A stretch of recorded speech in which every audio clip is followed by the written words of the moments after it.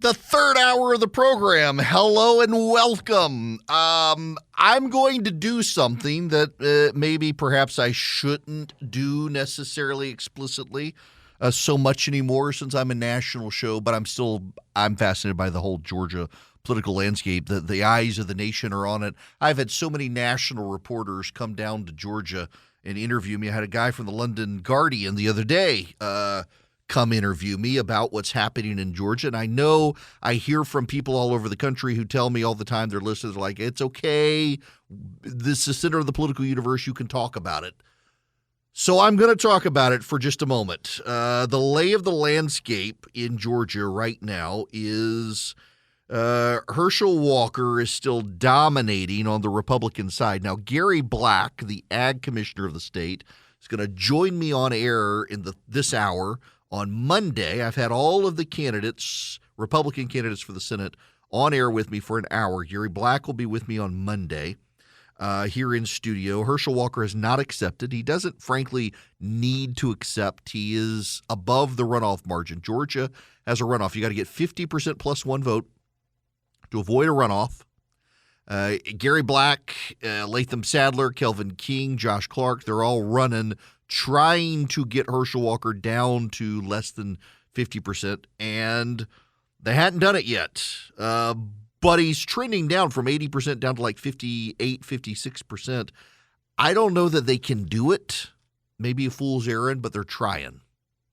Herschel doesn't need to spend time on radio with me for an hour talking about his life because people kind of know him already. I've invited him, by the way. He hadn't accepted the invite. I am worried, and national Republicans are publicly very boastful about Herschel Walker's chances. They view this kind of like 1980 with the accidental senators. You just sweep into power, sweep into office, no matter the quality of the candidate, because the Democrats are so unpopular. It's possible. It really is.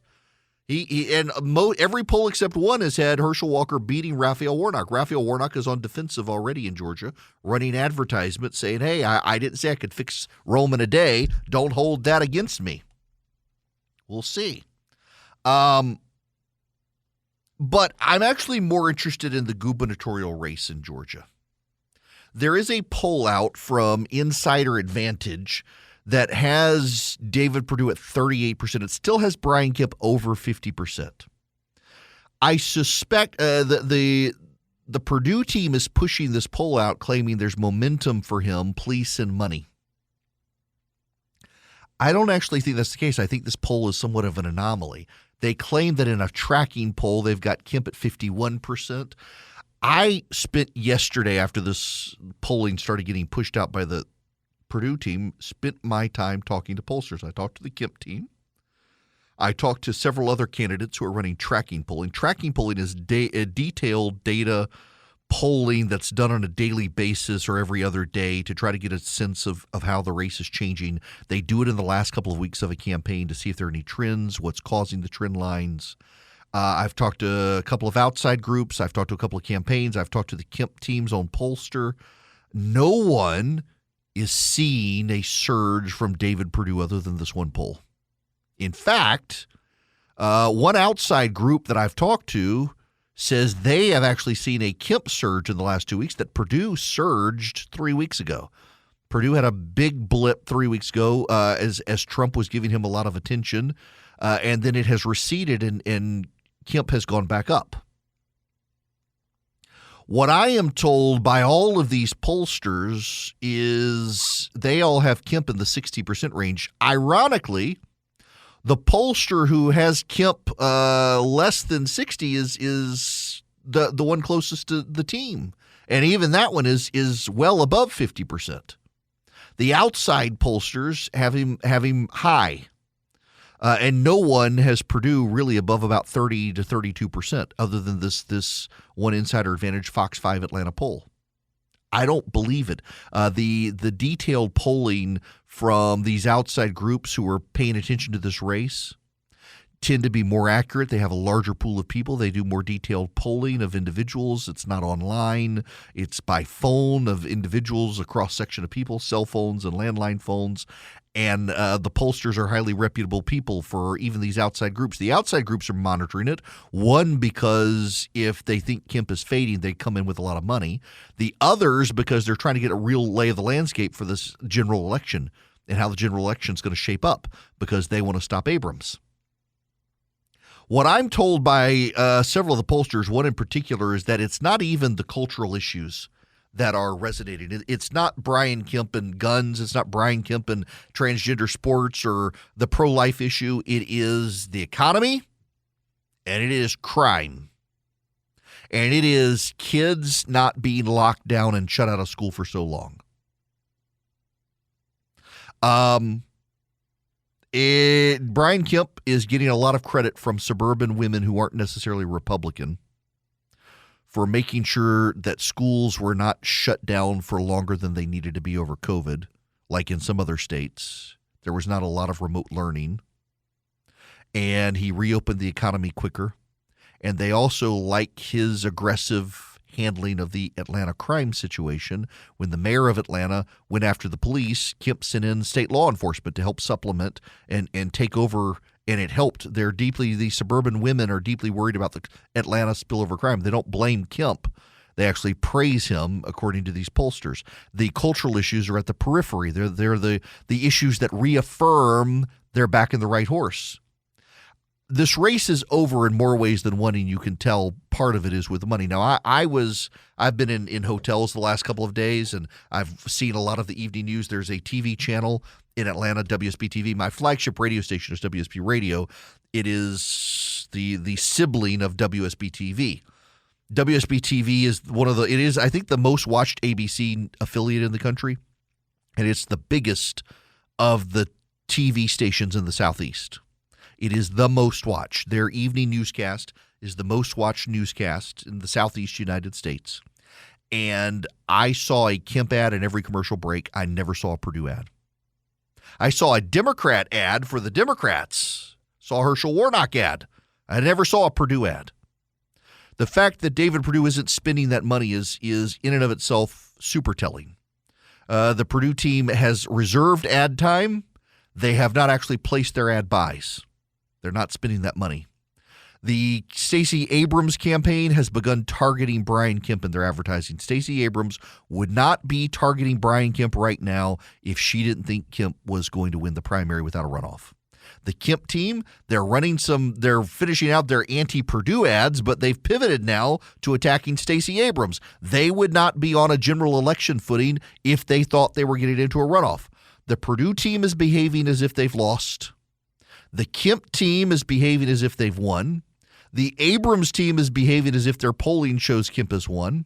The outside groups who would come in for Perdue are not coming in for Perdue, which suggests they've decided there's no reason spending that money anymore. The Kemp outside team is not coming in spending money, which suggests they don't want to waste their money. They're going to save it for the general. This is a Brian Kemp election. Now, something could radically change in the next 10 days before the actual primary. I guess you've actually got 13 days left before the actual primary. It's on May 24th, but early voting has started.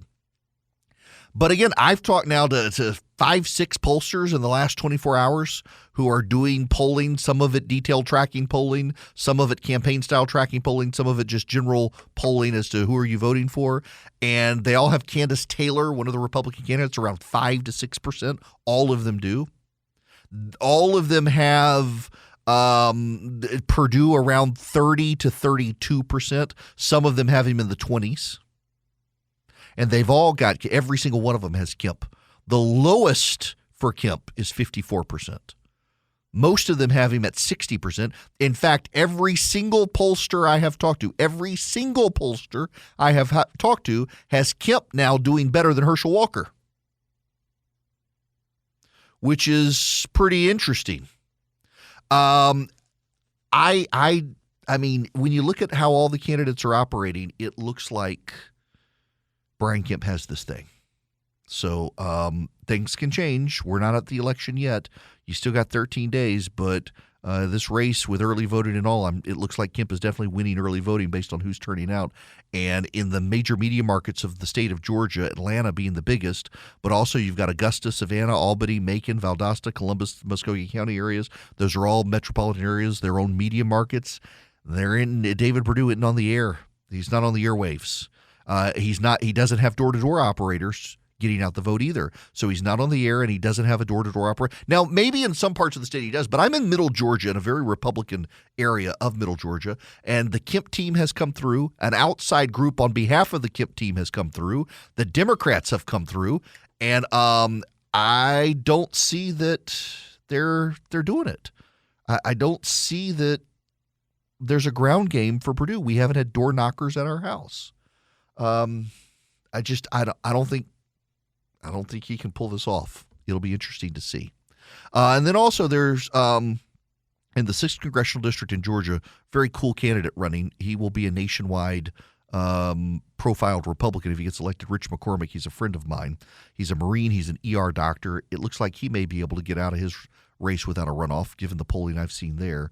I hope so. If you're in the 6th Congressional District in Georgia, vote for Rich McCormick. They're good people, and I don't want to bash any of them. I like them all, but Rich is a friend, and he is just a wonderful human being, a devout Christian, a Marine, an ER doctor, went to a historically black college and became the head of his class, even though he's a white doctor, because he's so well-liked. He's just such a nice guy, incredibly compelling story, and I would love to see that guy in Congress. If he gets the primary, he will more than likely be in Congress, and my gosh, he'll be a champion in Congress. Okay, I'm going to go on and take a commercial timeout. We got some folks on the phones I want to get to when we come back. We got other stuff to talk about as well. Hello there. It is Eric Erickson here. The phone number 877-973-7425. I am going to jump back to Michael, who has an excellent question here. Welcome to the program, Michael. How are you? I'm doing good, sir. How are you doing? Great. What's going on? Well, my caller question was, if we open up the country to oil and natural gas exploration, how dramatic and how quickly would it have an effect on inflation? And kind of a related question that I would like to ask is, if Biden's policies for new Green Deal, solar, wind, electric are so great, why is he going around begging Iran and Saudi Arabia and Venezuela for increased oil production? Isn't that pretty much counterintuitive to what he's supposedly? Yeah, it is. I'll turn off listening. Thank you very much. Yeah, absolutely, Michael. Biden essentially doesn't want us to boost domestic production. He doesn't want to incentivize the American fossil fuel industry further than is already there. So he wants other countries to increase production so we don't have to invest in increased production. Now, I will tell you, on the issue of inflation, I think it would take a little while, but on general prices like price at the pump, it would come more immediately with the price of a barrel of oil.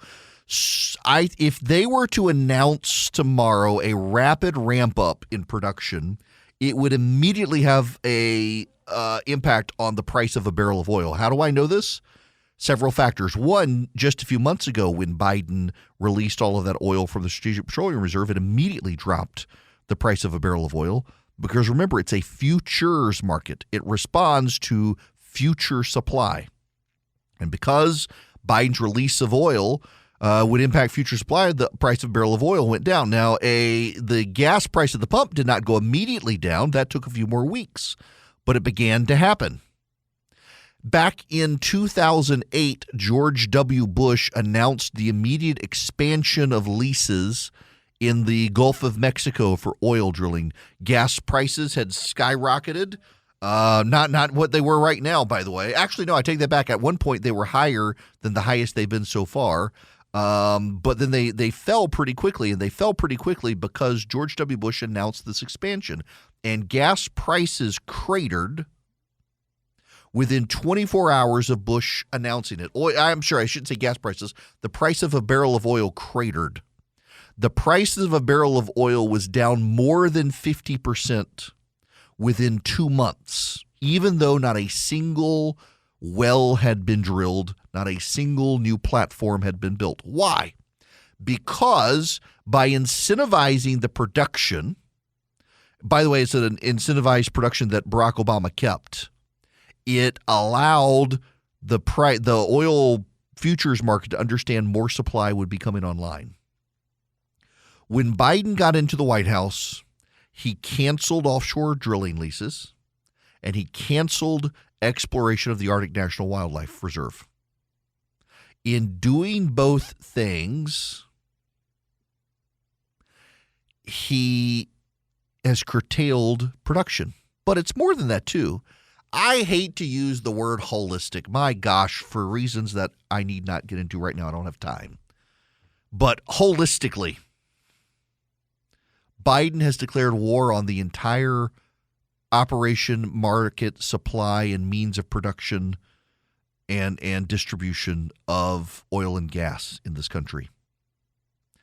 And when the leader of the free world goes to war with your industry responds by reducing investment. Why invest in a market the president has decided is going to kill? It's a no-brainer. That's what the Biden administration has done with oil and natural gas. They have said, we're going to war with you. We're going to end your industry. We're going to get people off of oil and gas. It's not realistic. We can't, because there's so much out there that oil and natural gas supplies, not just energy and fuel for our cars, but there are lots of petroleum-based plastic products and rubber products out there that you've got to have petroleum for, and they seem absolutely clueless in all of this. They just think it's about the price of gas in your car or gas in your car. It's not. It's so much more. And it's in one ear, out the other when you try to explain it to them. So it's remarkable to me that they've declared war on this industry and driven up prices. And when we say these energy prices are there, it's not just energy. Keep in mind, it's plastics, it's rubber products in some cases. It's a whole lot of products that depend on oil and petroleum products. And they don't seem to get it. They don't seem to understand it. And you know what? I think they actually do. They just don't care, because they really do believe they've bought into we've got 10 years or less to save the planet, therefore we must do this stuff. Unfortunately, that's where we are as a nation. And unless we get a president who is not hostile to fossil fuels, these costs are going to keep going up. And again, when Biden released the Strategic Petroleum Reserve a few weeks ago, oil prices immediately went down. When George W. Bush expanded leases without a single lease being taken, without a single hole being drilled into the Earth's crust, just by announcing they were going to expand it, prices went down. You want to stop inflation, don't just raise interest rates. Produce more oil. Now, it's hard right now because there's a steel shortage, and they need that for the drilling operators. They need it for the platforms. Maintenance is behind. There's a manpower shortage. There are lots of other problems at stake here. There's a manpower shortage, a steel shortage, a part shortage, all these sorts of things. But ultimately, if you announce the ability to produce, if you declare a ceasefire in the war against fossil fuels, prices immediately start going down. Inflation immediately starts resolving itself. We as a nation immediately start recovering, and the Biden team won't do what is so obvious, what is so necessary, because they are absolutely fundamentally in the camp that we have to get away from it to save the planet. We're not going to save people or save America. We're going to save a planet without people is what we're doing, because their policies are going to ruin humanity and bankrupt us all, ruin our economies, and starve a lot of people because they're putting idols above mankind. Welcome back. It is Eric Erickson here, the Eric Erickson Show across the nation from Atlanta, Georgia. The phone number 877-973-7425. Just real quick again, because I got an email during commercial break. My wife's scans were good. Thank you very much for the prayers. Prayers appreciated on my end. I've got a really big meeting. I'm not going to be here tomorrow. Got a big meeting, and I got to head towards New York City to have a meeting tomorrow. I'll be back on Friday, and then a weekend fishing trip. You know, we are probably like many of you, if you've got kids in school, headed doing all of our summer planning. And now, you know, summer camps, one of the things I think that You may not appreciate if you don't have kids in schools right now. The competition for good colleges, and I'm not talking about the woke stuff and all of that, just in general, competition for colleges now has gotten really competitive, particularly for boys. They're willing to give a leg up for girls still, just particularly in engineering schools. And I say this a little bit. My 13, first of all, I'm going to use this section of my program to be a proud dad for a minute. My 13-year-old started this semester with an F in pre-algebra in 7th grade. And that's just unacceptable because I didn't know how well he could do, but I knew he could do okay if he put his mind to it. And that kid started getting up every morning at 6:30. His math teacher has an open door policy before school. Anybody can come in 4 days a week, Monday, Tuesday, Wednesday, Thursday, and spend time with her. That kid started getting up every day at 6:30, out of the house by 7, so he was at school by 7:10, 7:15. So he had 30 minutes with that teacher to review his work, review his things he didn't get right, do extra work, and he will end the school year with an A in pre-algebra, brought all of his grades up. I am just tremendously proud dad moment because I knew he could do it, and we didn't want to be strict disciplinarians. We're kind of lax in our house. The kids are good, but it was just nice to see him put in the effort, put in the time, and take the time to be consistent and diligent. He's so proud of himself right now. He texted me last night. I've been out of town and I got to be out of town all week, and he's so proud of me right now, and I am so proud of him. And then our 16-year-old is actually really good at math. She actually called me. I shouldn't tell this story. She called me yesterday. I was at the hospital with Christy for her scans. Absolute meltdown.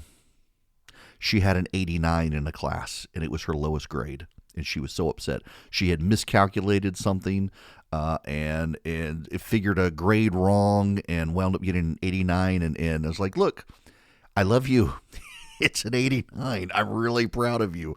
But go talk to your teacher. She went and talked to the teacher, and the teacher actually wound up having a quiz that she had forgotten when Evelyn was out sick and had graded, and it brought her up into A territory. She was furious at the thought of having a B.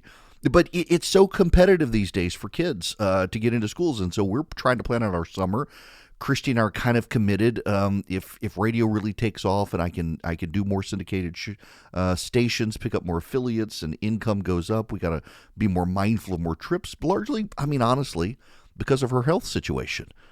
She wants to build memories with the kids. At some point, the pill will stop working, and we're going to have a problem. And we know this. It hangs over our head around the scan times. So yeah, I have a real incentive to want to grow my show, to increase the income, expand the affiliates and the ads, so that I can take more memorable trips here and abroad with my family in ways we can't right now. But we're having to plan that around all the school stuff and the summer camps. And we have a kid who wants to go to Georgia Tech, and Georgia Tech wants to see that you've got a real interest in it. So we're enrolling her in a summer camp for Georgia Tech. We're thinking of enrolling our son in a golf or soccer camp this summer, and trying to juggle all the stuff in the summer for your kids to give them some level of a leg up. And I see where progressives say, well, then this isn't very fair in other situations, because what about all these kids who can and parents who can't? Yeah, it does suck for them. But I don't know that we need some sort of government program in that regard. We're always going to have these situations. We're very fortunate where my wife stays home and I do all the working. She does all the child raising largely. I can be a bad dad and husband sometimes. I mean, I'm being brutally honest, critical of myself. I'm such a workaholic. I could be here at this microphone all day with you guys and neglect my family. And I could. And it sounds horrible for me to say it. I love my job so much. But I do love my family, and I'm glad that I can work as hard as I do and be able to provide for my family so my wife can do these other things. But, I mean, where do we take trips and then vacation days for me to leave work? And will I need to take my radio equipment to be able to do my show? And all this is just, it's these dynamics you have as a family when you have kids in school And college is on the horizon. What do you do to pay for college? We didn't have a college. We don't have a college fund for the kids. I just kind of thought I'm going to pour all the money I have into growing my business and grow my income through growing my business, and I'll be able to take care of it. And it looks like we're in the right direction there. But you start to stress out about these things with your kids. And I've got older friends of mine who have grandkids now, and they're going through this. In some cases, their kids are going through it. Their kids are where I am with my wife, or they've got grandkids, and the levels of competitive stresses where, particularly for those of us who are, frankly, upper income or upper middle class white people with college degrees, you want your kid to have a college degree, but you're also more and more mindful that you don't have to have a college degree to do well in America these days. In fact, I played that clip the other day. There's no reason to play it again, but Paul Begala talking about we need more mechanics, less MBAs in this country. He's not wrong. We do need more workers in this country who have industrious skills for electricity and plumbing and woodworking and things like that. I know a guy who is a woodworker and he's a really good carpenter. And he is a preacher on the weekends and works with wood as a carpenter during the week to cover the cost of his family. The church doesn't pay him. And he does amazing work, and just his work is so good. He's kind of caught on and has gotten popular with people, and he's able to make a real good living for his family by doing stuff like that. And I'm jealous of my friends who can do woodworking. I got a buddy of mine works at Georgia Power, who might be listening right now, who just does this all sorts of elaborate woodwork. I am not handy with my hands like that at all. I would probably saw off my hand by accident. I'm just amazed by it. Now, I actually wasn't going to talk about this now, but there you have it. I want to just real quickly spend a moment on another subject. Tim Alberta has a piece in The Atlantic, and it's about how the evangelical movement in the country, particularly among churches, is dividing politically. And he noted that a lot of conservative evangelical churches are having congregants leave the church because the pastor's not talking politics enough, and they're moving to more politically oriented, hyper-conservative churches that are affiliated with the Republican Party. One of my frustrations with his piece is he talks about the split within the United Methodist Church. Now, I'm in Atlanta. Wherever you're listening, I'm in Atlanta, and I've seen what's happening in Atlanta with the UMC, the United Methodist Church, and it has nothing to do with Trump and Trumpism. There is a cultural fight within the United Methodist Church where African congregations helped the American conservative congregations within the Methodist Church adhere to biblical sexual orthodoxy. And the white progressives in the Methodist Church in the United States wanted to get away from it. And they were bound by this vote. And in the 2 years since COVID happened and they haven't been meeting, what's been happening is the upper leadership in the American church tends to be more liberal, and they've been pushing conservative pastors out of Methodist pulpits and taking over churches. I interviewed a lady who was the minister of a church in Atlanta who had a conservative congregation with a nice private school and well-educated kids. They had opened it up to the poor, etc. And it's remarkable to me how these churches committed to the gospel but also conservative are being bullied by the leadership within the American UMC. And that's not a split over politics related to Trump. It's a split over biblical orthodoxy. And I think you got to be real careful here with this. I personally don't want to go to a church where the preacher is talking vaccines and politics and Trump. I want to go to a church that they use expository preaching and they work through books of the Bible and teach us to better understand the gospel and to understand Scripture and not politics. Because I got to tell you, Jesus wouldn't be a Republican. He wouldn't be a Democrat. He wouldn't be in politics. He'd be speaking to everybody and calling out all their sin. One of the concerns I have with conservatives these days in churches is that they want to vilify the Democratic Party and as a result keep their mouths shut about sins within the Republican Party, which itself is a group of sinners. I mean, you got to be mindful of the fact that if you pick a partisan side as a Christian, you have the tendency to go partisan tribal, and I get shot at all the time, metaphorically, by people on my own side who think I should only hold the other side accountable. But I'm not going to do that. If we don't clean up our own side, the other sides and the voters are going to do it. But bigger than that, more importantly than that, there is a spiritual issue involved, particularly for those of us who are of faith. And we're not supposed to be so grounded in the politics of the day that we lose sight of the bigger picture. We turn out not to have been saved. We're looking for politics and politicians to save us. No politician is going to save you from the world. They're all part of the world. And you don't want to be part of the world. The things of the world don't love the things of God. And I am afraid that there is a movement within evangelicalism that is trying to drag partisan politics into the church. I know people who left my own church because we have a pastor at our church who is a conservative pastor who has 3 black children. He's white. He and his wife have adopted 3 black children. And he spoke on racial reconciliation from a gospel-centered perspective. It was not a woke sermon. And yet we lost members of our congregation because they took it as being woke. Because if you talk about racial reconciliation, apparently you're woke, when no, not really. Politics breaks people's minds. You got to get out of it. But back to this Tim Alberta piece, I don't think it was helpful to have woven it the way he did with the internal Methodist politics, and also the fact that the churches with the biggest problem here are the congregationalist style independent churches without really denominational affiliation. And maybe there's a story there, but I think that story was missed. But also, don't drag politics into church, people. Just the gospel, please.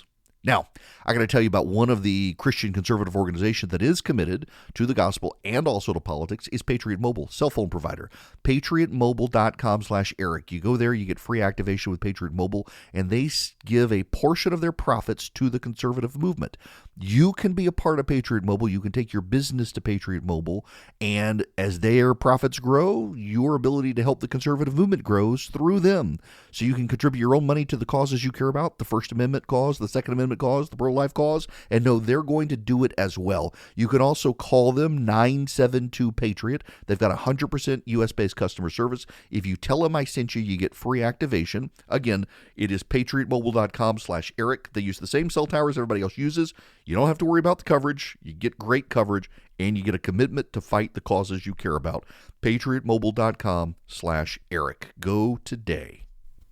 Welcome back. It is Eric Erickson here. Well, no reason to give you the phone number now, is there? Because we've only got a few minutes left. I want to circle back to the story from the beginning, and it goes back to the president yesterday. There's no reason to play the clip again, but he was talking about the ultra MAGA conservative wing of the party. The White House wants you to know that that wasn't in the teleprompter. He came up with it on his own, the ultra super MAGA.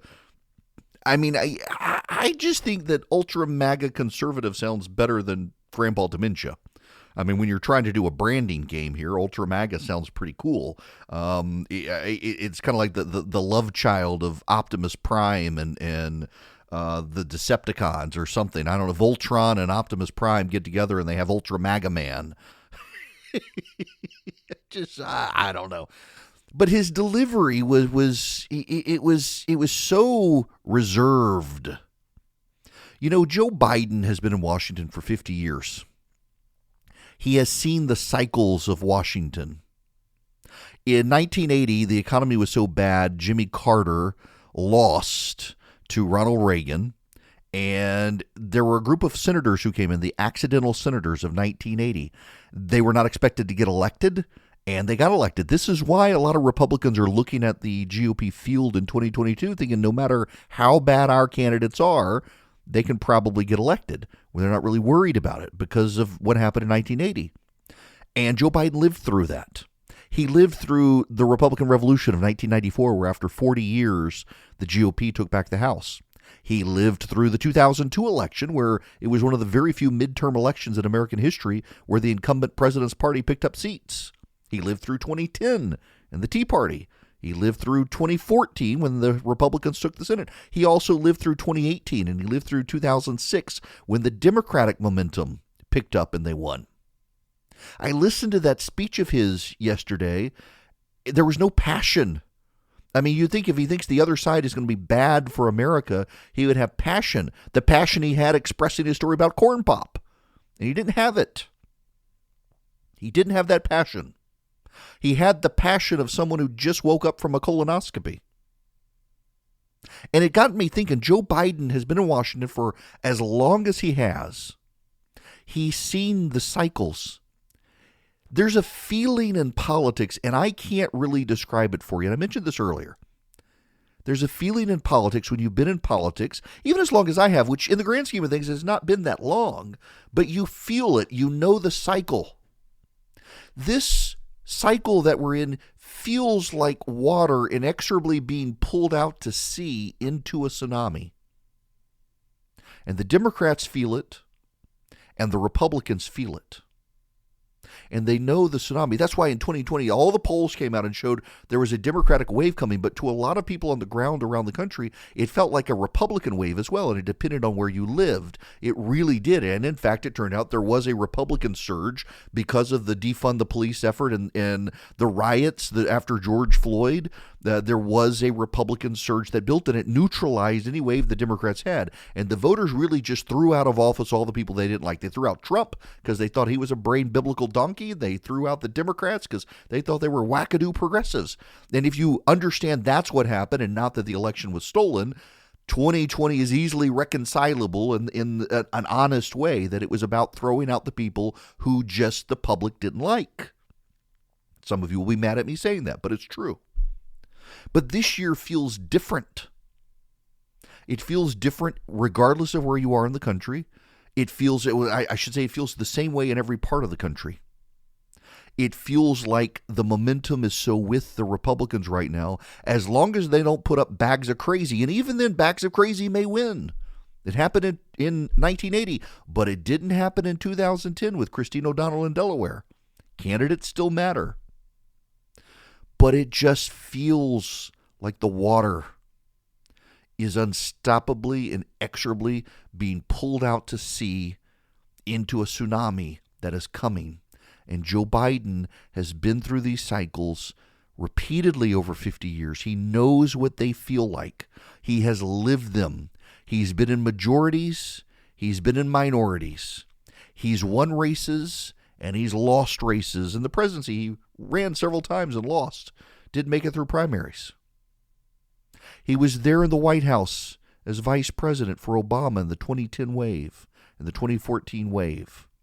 He knows what it feels like, and his lack of energy on stage yesterday talking about inflation suggests he does know it, and he feels it, and he's recognized the pattern. All right. I'll see you guys on Friday. I'm out of here tomorrow. Have a great day.